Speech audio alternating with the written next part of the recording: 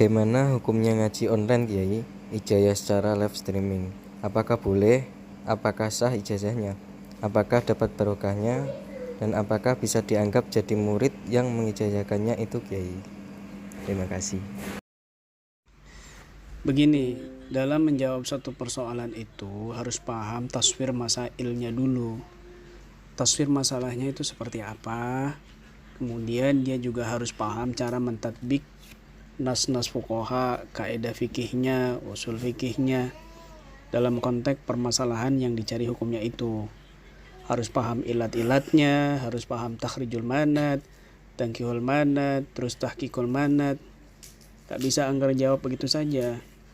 Ada tahapan dan prosedurnya seperti dalam basul masail. Begini, tadi kan kamu tanya bagaimana hukumnya ikut pelatihan ijazahan online.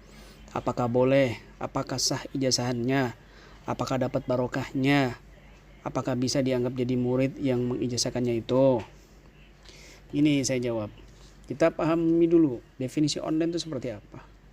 Ya, kita bisa paham definisinya itu terhubung dengan internet ke media sosial atau dunia maya. Nah, kebalikannya itu offline.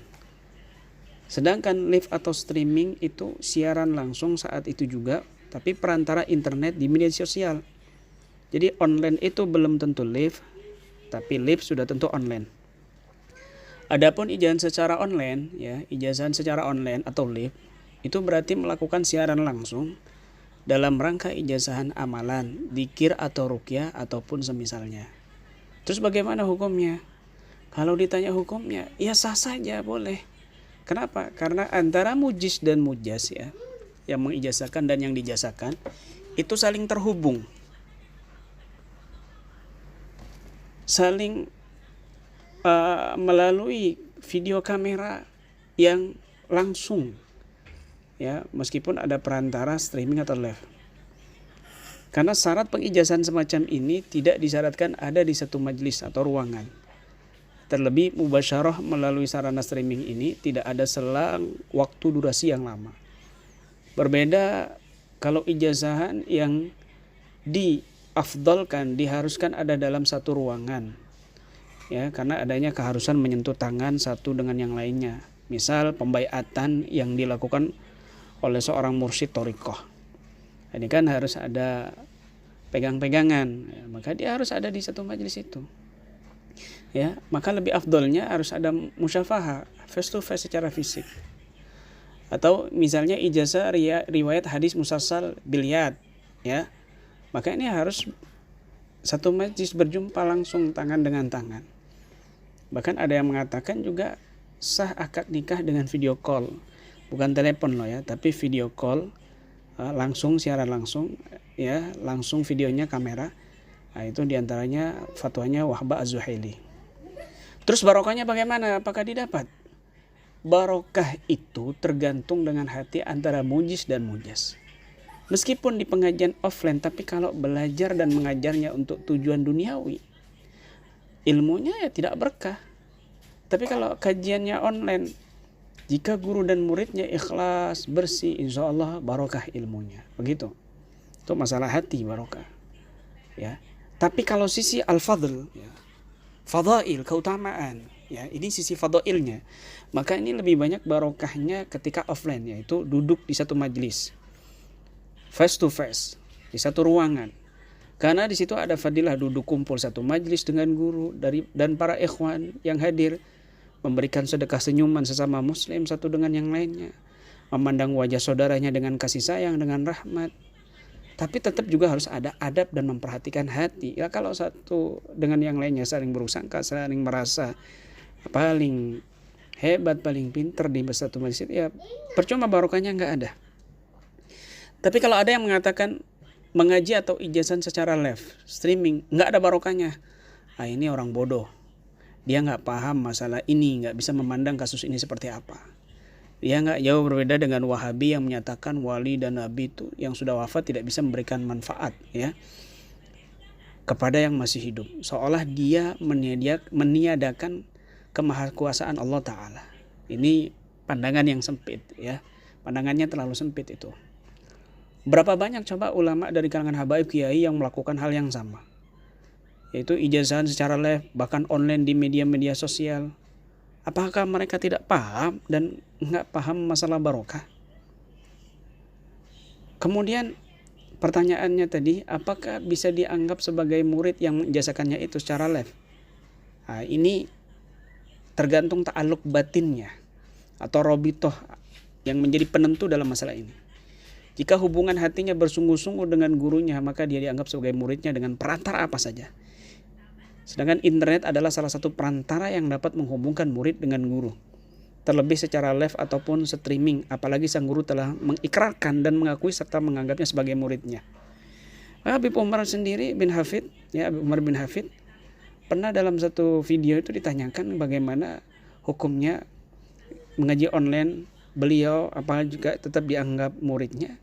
Beliau mengatakan dengan tegas, kondisi demikian itu bisa dikatakan minal irtibat fital madati wa talaki. Ya, ini tetap dianggap ada hubungan dalam murid dan talaki, pertemuan sanad. Bahkan beliau juga mengatakan tetap ada keberkahannya. Meskipun bertemu secara langsung ruh dan jasad memiliki makna khusus dan keindahan yang khususnya. Ada videonya di YouTube itu banyak. Adapun pengijazan ruqyah live streaming yang saya lakukan, ya, itu nggak sembarangan, nggak main-main. Bukan saya nyari duit, bukan saya jualan, bakulan dan lain sebagainya.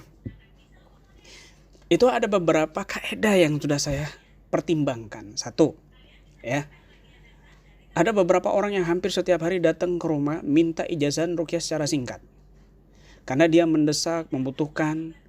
Dia seorang guru dan hampir di madrasahnya dan sekolahnya itu terjadi kesurupan. Ya.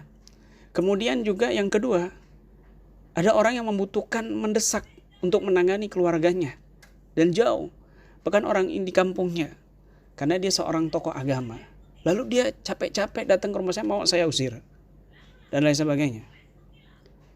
Kemudian yang ketiga, kita lihat kondisi sekarang ini yang menyebabkan pembatasan aktivitas pertemuan atau kumpul-kumpul untuk menghindari wabah virus yang sedang mewabah saat ini, corona. Maka sesuai kaidah fikih, ya, kita harus paham kaidah fikihnya. Al-masyaqqah tajlibut taisir. Kesusahan, kesukaran dapat menarik kemudahan. Kesukaran yang dihadapi seseorang muslim, ya, itu ada diperlukan pengecualian hukum.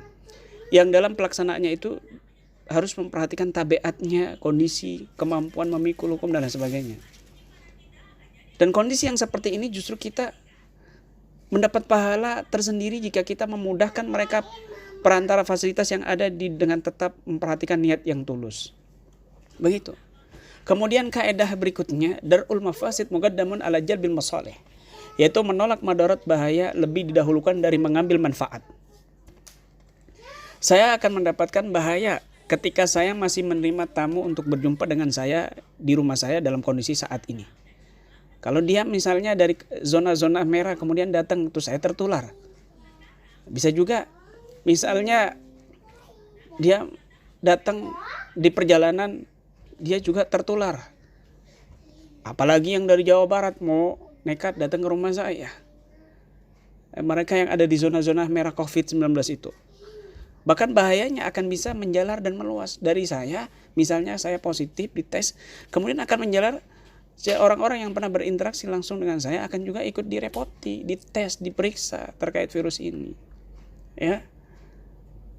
Kemudian juga ijazah online ini juga bukan untuk selamanya, ini darurat sementara. Bukan paten, hanya bersifat sementara. Kalau kondisinya sudah stabil, maka kita akan tetap istiqomah melakukan pelatihan secara offline, secara tajalus, musyafahah, istimai, face to face. Sesuai kaidah fikih, majazali udrin batala inda zawalihi. Segala sesuatu yang diperbolehkan saat adanya udur, kalau udurnya itu sudah tidak ada lagi, maka batal kebolehannya. Meskipun menurut saya masih tetap boleh mengadakan pengijazan secara live streaming atau kondisi apapun. Harus paham dulu ilat-ilatnya. Ya, utamakan husnudon, baik sangka. Itu lebih penting. Mudah-mudahan bermanfaat dan tidak mengurangi kesemangatan kita bersama untuk dakwah, untuk memberikan manfaat kepada manusia. Hati-hati ya. Wallahu a'lam bishawab. Assalamualaikum warahmatullahi wabarakatuh.